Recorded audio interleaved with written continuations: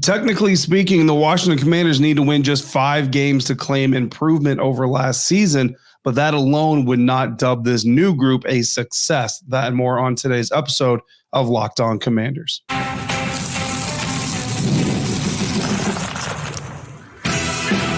You are Locked On Commanders, your daily podcast on the Washington Commanders.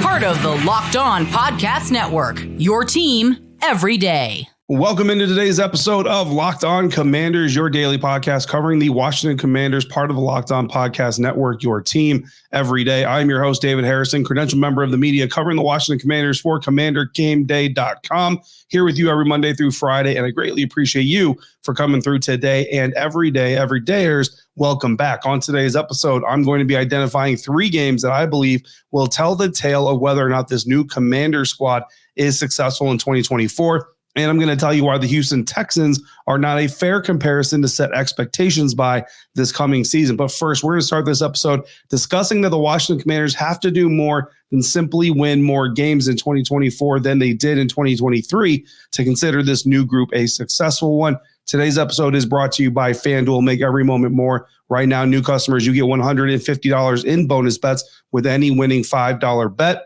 That's $150 with any winning $5 bet. Visit FanDuel.com/lockedon to get started today. And if you want to discuss today's episode further or anything else Washington Commanders related, or if you've got questions that you need answers to, text me directly by going to joinsubtext.com/lockedoncommanders today. Become a Locked On Commanders insider. From there, you will get messages, content, analysis, and more from me delivered straight to your phone. No downloads, no hashtags, no filters required. The old adage, if you are what your record says you are, is certainly true in professional sports. That doesn't necessarily measure the success potential of your roster, and that's why wins and losses shouldn't be the only way that we measure and count success in 2024. While other teams are talking about being competitive in the postseason, unfortunately, we're dealing with a Washington Commanders franchise that really just has the initial task right now of simply being competitive on a week-to-week basis. Coach Dan Quinn, General Manager Adam Peters assumed control of a roster this offseason that won only 4 games in 2023. And en route to that final tally, the Washington Commanders failed to score more than 10 points 5 times last year. They allowed 30 or more points 10 times last year and lost 6 of their games by 2 touchdowns or more. Now, all of that, of course, led to not just a massive overhaul of the coaching staff and front office, but a roster overhaul, the most roster turnover of any NFL team this offseason, not simply because the team only won 4 games, but because they did it in a way that showed managing partner Josh Harris that he needed to drastically change the direction of the organization. So when you compare the Washington Commanders to the worst team in the National Football League, the Carolina Panthers, remember, we all know the Washington Commanders are the number 2 overall pick in the NFL draft, but they weren't actually very far off from being the worst team in the NFL. The Carolina Panthers failed to score more than 10 points 7 times, which is 2 times more than the Washington Commanders. They allowed 30 points or more 5 times, which is 5 fewer times than the Washington Commanders. And they lost 7 games by 2 touchdowns or more. That's only 1 more than the Washington Commanders. So those numbers are really close. And actually, the Carolina Panthers defense from a points per game standpoint and allowing 30 points or more in a single game, much better than the Washington Commanders defense. So really, I mean, you're only talking a touchdown here and there in specific weeks for the Washington Commanders being the worst team in the National Football League. And even Washington Commanders fans and Commanders media were looking at the Panthers with some yikes appearances and looks on our faces. So that kind of tells you just how bad this Washington Commanders team really was from a holistic standpoint. And when you look at the other 2 teams that finished with the second lowest win-loss total in 2023, the Arizona Cardinals and the New England Patriots, who both tied with the Commanders for only having 4 wins last year. The Patriots only scored 10 or fewer points 1 more time than the Commanders. They allowed 30 or more points 7 fewer times than the Commanders, and they lost by 2 touchdowns or more 2 fewer times than the Commanders. Meanwhile, the Arizona Cardinals, they scored 10 or fewer points 2 fewer games. They allowed 30 or more points 3 fewer games, and they both lost 6 times by 14 points or more. So even those 2 teams that they were tied with, the Washington Commanders, actually, when you kind of look at the way that the season went and the way those wins and losses were earned, were actually much worse than both the New England Patriots and the Arizona Cardinals. So the Washington Commanders truly earning the second worst spot in the National Football League last season in more ways than one. So it's no surprise that the Washington was also near the bottom of the league in every important statistical measurement as well. So at a minimum, to say that this Commanders group isn't a failure is at least better than the last they need to be that. So at a minimum, if we want to get to the end of 2024 and say that this Commanders group isn't a failure and is at least better than the last group, they need to at least be far and away better than the second worst team in the NFL. But not failing is different than succeeding, right? So you can win 5 games and say that this new group isn't necessarily a failure, but can you really call them a success? To me, simply winning 5 games or more is not necessarily the mark of a failure. Now, obviously, of a success. Now, obviously, the more games you win, the more successful you're going to say you are, but it's because of the nuts and bolts that really go into winning these games. So what does this team need to do in this first season to be considered successful? To me, I look at the 2 lowest seeded playoff teams from last year, and I want to kind of use them as a barometer. So those 2 teams, the Pittsburgh Steelers and the Green Bay Packers, were both the 7th seeds in the AFC and the NFC, respectively. So when you look at the Pittsburgh Steelers, we use those kind of same measurements. They scored 10 or less points in a single game 5 times last year, which matches the Commanders. They allowed 30 or more 4 times, which is 6 games better than the Commanders. They were beat by 14 points or more 5 times, which is 1 game better than the Commanders. So again, the defense very, very bad last year. You see that difference between a playoff team like the Pittsburgh Steelers, granted, very bottom of the playoff bracket, but still a playoff team. And then you see the offense is actually kind of very similar in Pittsburgh as it was to Washington. Then you look at the Green Bay Packers, and the story's a little bit different. The Green Bay Packers scored 10 points or less just 1 time. That's 4 games better than Washington. They allowed 30 points or more just 4 times, 6 games better than Washington. And they were beat by 14 points or more only 3 times, 3 games better than Washington. So across the board, the Green Bay Packers significantly better. So I took those teams, I basically averaged out those 3 main scoring criteria, because obviously at the end of the day, you love the yards, you love the first downs, you love the third down conversions, but the points is what gets you your wins and losses. So for me, using those last 2 teams in the playoffs last year, obviously if you make the playoffs, you're a success, but I think that this group can be a quote unquote success in year 1 without having to make the playoffs. I don't think saying you have to make the playoffs or else this entire first year is a failure, outside of the fact that everybody's a competitor, everybody wants to win Super Bowl. So if you don't win the championship, you're a loser no matter what got it. But when you look at this from a realistic standpoint, standing back and saying, okay, are we building towards something that can be successful in the future? I think you need to come in just below that bar to be considered a success. So for me, Commanders' success looks like this: scoring 10 or fewer points in a single game, no more than 4 times this year. Allowing 30 or more points in a single game, no more than 5 times this year, and losing by 2 touchdowns or more, no more than 5 times this year. The better you do in each of those metrics, right? So if you score 10 or fewer points only once, allow 30 or more points twice, and lose by 2 touchdowns twice, you're probably going to have a really pretty good year. You're going to be above that minimum success line, and obviously everybody's going to be really happy. So if you do that, I think that the win-losses will reflect in that and will show you an improved team, and there will be some confidence heading into 2025, because the wins and losses alone can't be a determining factor. No matter what the Houston Texans did in 2023, a lot of people trying to compare this Commanders team to the Houston Texans. I'm going to tell you why the Houston Texans of last year are not an accurate measuring stick. That's coming up next on today's episode of Locked On Commanders, part of the Locked On Podcast Network, your team every day. And today's episode of Locked On Commanders is brought to you by FanDuel. It is winner take all time in the NBA and the NHL, and FanDuel is giving you a shot to bring home a big win of your own. Right now, new customers, you get $150 in bonus bets with any winning $5 bet. That's $150 to bet on spreads, money lines, player props, and more. There's plenty of things going on in the NBA and the NHL to bet on these days. But if that's not your speed, you could also take a look at the Washington Commanders being 4.5-point underdogs opening the season on the road to face the Tampa Bay Buccaneers in week 1. Or you can put a wager down on the Commanders quarterback Jaden Daniels to go over 3,075.5 yards passing in his rookie season, or under if you feel that's where he's going to go. And there's a whole list of Washington Commanders specific props like plus 220 odds that this team will score 1 or more touchdown in every game of the 2024 NFL season. So whatever you want to bet on, visit FanDuel.com/lockedon. Make every playoff shot count. FanDuel, America's #1 sportsbook. Thanks again for making Locked On Commanders your first listen, your first view today and every day. Every day, make sure you come back tomorrow. We'll have a whole new episode of Locked On Commanders for you. In the meantime, make the switch to Locked On Sports Today. Locked On Sports Today is a free 24/7 sports streaming channel programmed for you every single day to bring you the biggest stories without all the screaming. So while those other networks are screaming and making your ears hurt and making you turn down the volume on your television, check out Locked On Sports Today, and you can get all your can't-miss analysis, opinions, and news streaming 24/7 on YouTube or the Amazon Fire TV channels app, which is free, part of the Locked On Podcast Network, your team every day. Every year, we talk about worst to first candidates. And certainly, you look at a team like the Washington Commanders as a team that could do that. And a lot of people have already kind of pegged them as a team that could threaten to go worst to first in their division.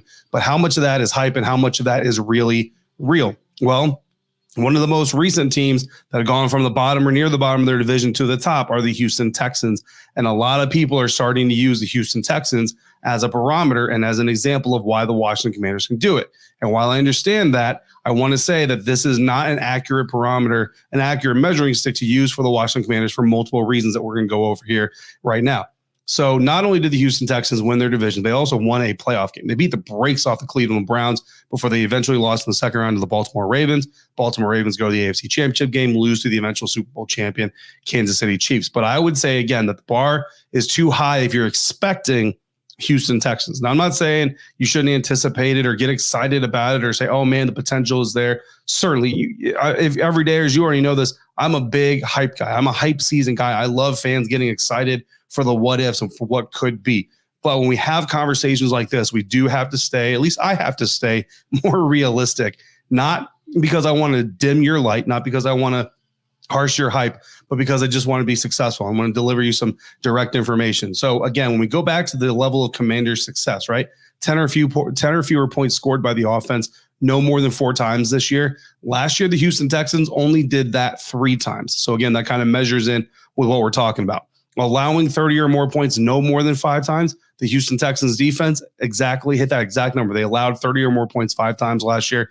Losing by 2 touchdowns or more, no fewer or no more than 5 times, the Texans only did that 4 times. So for the Houston Texans to do what they did, win the AFC South, make it to the playoffs, they hit the numbers that I've outlined for Commander success this season, and they exceeded 2 of those metrics. So it kind of shows you, I think we're on the right path for what a successful first season under a new head coach, under a rookie quarterback could look like. Now, for starters, however, here's where we're going to get into why the Houston Texans shouldn't be a direct barometer, why you give the Washington Commanders one more game to score less than 10 or fewer points. You give them one more game to lose by 2 or more touchdowns, because it is unreasonable to expect Washington to meet Houston from last year, because the past 10 NFL first-round quarterbacks that entered the league with a new head coach that was just hired were Bryce Young with Frank Wright of the Carolina Panthers, C.J. Stroud with D'Amico Ryans of the Houston Texans, Anthony Richardson with Shane Steichen of the Indianapolis Colts, Trevor Lawrence with Urban Meyer of the Jacksonville Jaguars, Zach Wilson out with Robert Saleh of the New York Jets,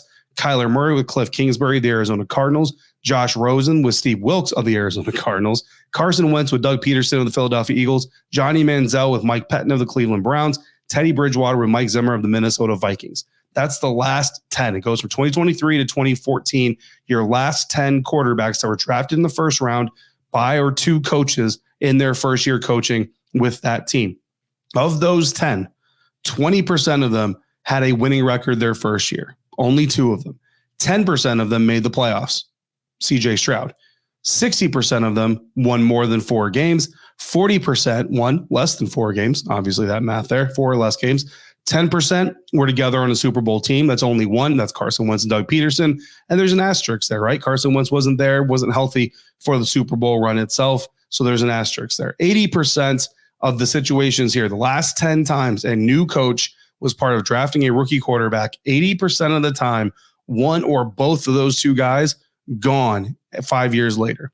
C.J. Stroud, D'Amico Ryans, Anthony Richardson, and Shane Steichen, the Indianapolis Colts, are the only 2 quarterback coach combos of the last 10 rookie quarterback, first year head coach combos that are still with their teams. And both of them are literally in their second year. Even one of those guys, Bryce Young and Frank Wright, no longer together. 30% of the coaches that drafted first round quarterbacks in the first year are still coaching their current teams. D'Amico Ryan, Shane Steichen, but also Robert Saleh of the New York Jets. 50% of the quarterbacks that were drafted in these situations Bryce Young, CJ Stroud, Anthony Richardson, Trevor Lawrence of the Jacksonville Jaguars, and Kyler Murray of the Arizona Cardinals are still with their team. So much more likely that the quarterback sticks around for 5 years or more than the coach does. Good news if you're Jaden Daniels, not so good if you're Dan Quinn. But listen to those numbers, right? The bottom line is the math alone just says first-year coach, first-year quarterback, you're not likely to have a whole ton of success. Only one of those guys in the last 10, only one of those pairings since 2014 has actually done that, and that just happened last year. The Texans are the only team in the last 10 since 2014 to pair a rookie quarterback with a new head coach and make the playoffs in the same year. The Houston Texans also played in one of the worst divisions in football that year. The 10-7 AFC South champion Houston Texans only would have won that division in the NFC South, the other worst division in the NFL. They finished one game ahead of the Joe Burrow-less Cincinnati Bengals. Now, Burrow didn't miss the entire season, but missed a lot of the season. But even still, the Bengals only finished one win behind, and that's despite the fact the Houston Texans won 4 of their 6 divisional games because, again, they played in one of the worst divisions of football. Houston had one of the weakest strengths of schedule last season, 0.465, so their opponents won just about 46% of their games total in the NFL. Only 6 teams had weaker strength of schedule last year. 2 of those were in the NFC South, the other worst division in football. The worst division in football and the only other worst division in football are the only 2 that Houston would have won. In fact, if the Texans were in any other division in the AFC, they would not have made the playoffs, wouldn't have even been a playoff team. They missed the NFC playoffs as well, depending on the tiebreakers for the Los Angeles Rams. So if the Houston Texans are not in the AFC South, at best, they are the NFC wild card and the very last team to make the playoffs. Meanwhile, the Washington Commanders play in the NFC East that had 2 double-digit game winners last year, despite all of the doubt and all the clowning that we do about the Dallas Cowboys and the sustainability of that team and the Eagles' epic collapse there at the end of the regular season and the first round of the playoffs. So unless Mike McCarthy and Dak Prescott just completely implode under the pressure, and unless the Eagles stay on their downward spiral, Washington is facing a much tougher division schedule, let alone season schedule. So that's where the win-loss comparisons for Washington to a team like the Texans can be dangerous if that's what you're expecting. You can hope for it all day long. Like I said, I'm here for the hype. I'm here for the hope. But I've had a couple of people come to me and say they expect this team because if the Texans can do it, then why can't Washington do it? The situation, the context of these 2 teams matters in my opinion. I don't do this to diminish what the Houston Texans are doing. I'm an Ohio State guy. I love CJ Stroud. I think they're doing something really well, but I'm just being realistic here. The Texans pulled off an incredible worst to first story. There were no incredible division storylines that went along with it. The Colts and Titans both had rookie quarterbacks. The Colts had a new head coach they were leaning on. The Jaguars certainly had higher expectations, but nobody was talking about, oh man, I can't believe the Jaguars didn't deliver on their potential the way that the Eagles didn't, the way that the Cowboys failed in the playoffs. People predicting Washington as worst to first candidates has just as much to do with Philly and Dallas's demise as it does Washington's rise, whereas Houston's rise was just Houston's rise. The other 3 teams, nobody really expected a whole lot from in the first place. Final point I'm going to make about this dangerous Houston Texans comparisons that some people are starting to make and why it's not fair to Washington. Houston faced 3 playoff teams in the first 9 weeks of last season, first 8 games because they had a bye week in there. In 2023, that was the Ravens, the Steelers, and the Buccaneers. They played 1 in their final 9 games of the regular season. That's 4 total. In 2024, Washington plays 3 in their first 8 games of the season, same as the Texans did last year, and they play 5 in their final 9 games. 5 of the final 9 games that Washington has this year are against 2023 playoff teams.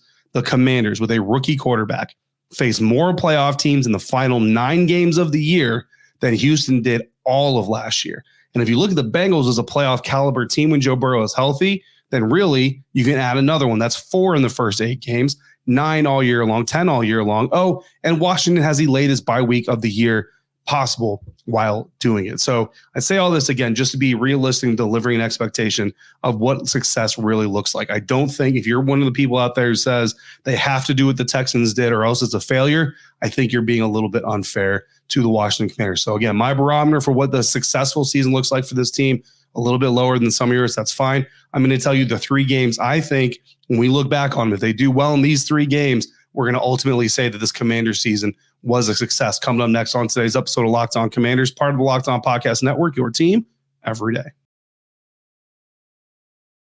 And this episode of Locked On Commanders is brought to you by Game Time. Finding tickets can be incredibly frustrating at times, especially if you've never been to the venue. There's always this nervous feeling that you're not going to see enough of the act or the action to make the price of the ticket worth it. And sometimes there's just a criminally low lack or small amount of information available. But if you've never been to Commanders Field, formerly FedEx Field, and you want to come down to Landover, Maryland for the Washington Commanders home opener against the New York Giants to see rookie quarterback Jayden Daniels start his first home game, you can do so with Game Time for as little as $64.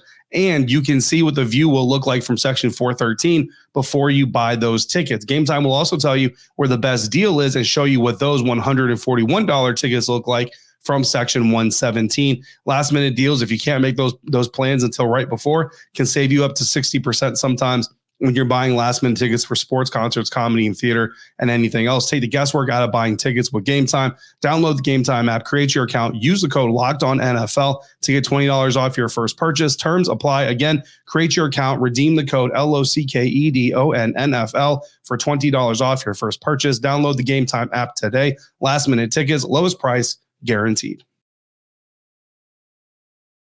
Back now to wrap up today's episode of Locked On Commanders. We've been talking about what a successful season means for the Washington Commanders. And of course, this is an eye of the beholder thing. There is no official, there is no steadfast. I'm not even going to sit here and tell you that my way of gauging a successful season is the only way to gauge a successful season. You, by all means, can do it. But I've seen some people saying that basically they have to pull off what the Houston Texans pull off in order to be a successful season or have a successful season. I just feel like that's a little unfair to the team. So I wanted to kind of discuss this here. But for me, for the Washington Commanders to be successful, again, the bar is a little bit lower than what the Houston Texans did. I'm not expecting an NFC East division win. I'm not expecting a playoff win. Don't get me wrong, would be tickled to death to cover that kind of a season for you and be here with you for that ride. I just don't think it's fair to say that is the bare minimum. That is the floor for success this season. So my floor a little bit lower. But there are 3 games that I look at this schedule and I say, if the Washington Commanders are successful this season, these 3 games are games that they're probably going to do fairly well in. If not win, be very, very competitive. And I think it's going to go a long way towards building confidence of what's going on from 2024 to 2025. Only one of them is the divisional game. All of them are on the road. And we're going to start with, we're going to go in chronological order here. We're going to start week 3 at Cincinnati, facing the Cincinnati Bengals. And it's really not about Joe Burrow, although you would love to see this Commanders defense. We just kind of talked about how porous they were and how many games they gave up 30 points or more, how many times this team was defeated by 14 points or more, large part because of the defense. Obviously, the offense has to own their part of that as well, but we all know that the defense, we don't have to relive that too much. But week 3 at Cincinnati, Jayden Daniels. What's the biggest question about Jayden Daniels all through the draft process, even into now? Sack rate, right? How many hits is he going to take? How many sacks is he going to take? Well, the Cincinnati Bengals were not exactly the best sack team in the NFL last year. They weren't the worst either. They were ranked 15th, so pretty much dead in the middle of the NFL in sacks per pass attempt in 2023. So when you look at this and you look at a rookie quarterback, you say, okay, man, this should be a game we were able to escape with no more than 3, maybe 4 sacks in this game if you play smart. But here's the thing. It's Jayden Daniels' first primetime game in the National Football League. Does that make Jayden Daniels play with more energy and play smarter, or does it make him play with more energy and more recklessly? To me, that is going to be the question in this week 3 matchup. The first time we get to see him under the lights, first time we get to see him on Monday Night Football in prime time, big time quarterback matchup. How is he going to respond? If he responds well, plays smart, obviously the coaching has to come through the game plan. The other guys got to contribute, but we all know it all starts with the quarterback. If Jayden comes in and rises to the occasion, then I think that the Commanders are at least competitive.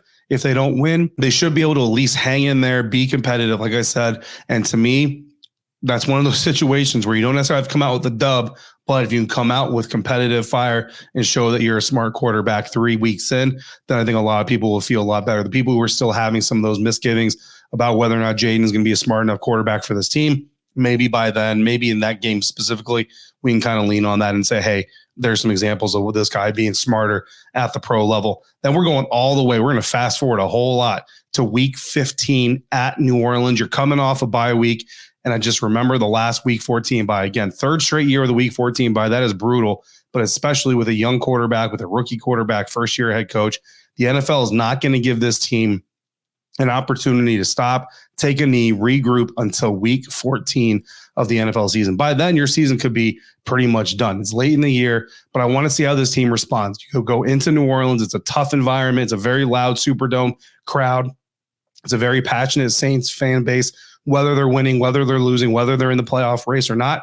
And with the state of the NFC South, you expect that they're still going to have plenty to play for. So what I really want to see is this team, this Commanders team, come out of the bye, go into New Orleans with fire, playing hard, playing competitive. Want to see a win, obviously, on the road, but especially if this season is lost. If this team comes in, after week 14 with 7 or 8 losses on their belt, and it pretty much looks like, okay, you're going to have, no playoffs this year. We're going to look at the NFL draft again, all of these things. You want to see this coaching staff still be able to game plan, a solid game plan, and you want to see them be able to motivate this roster, especially these young guys, to go out there and be competitive in the final game, week 18 at Dallas. It's the Dallas Cowboys. It's the end of the year. It's your second opportunity to face the Cowboys. And everybody knows it's always a little bit easier to do something. You got a little bit of knowledge. You've already seen them. It'll be Jaden Daniels, second time seeing that defense, second time playing that Cowboys team. First time in AT&T playing against the Dallas Cowboys, granted, but he'll also have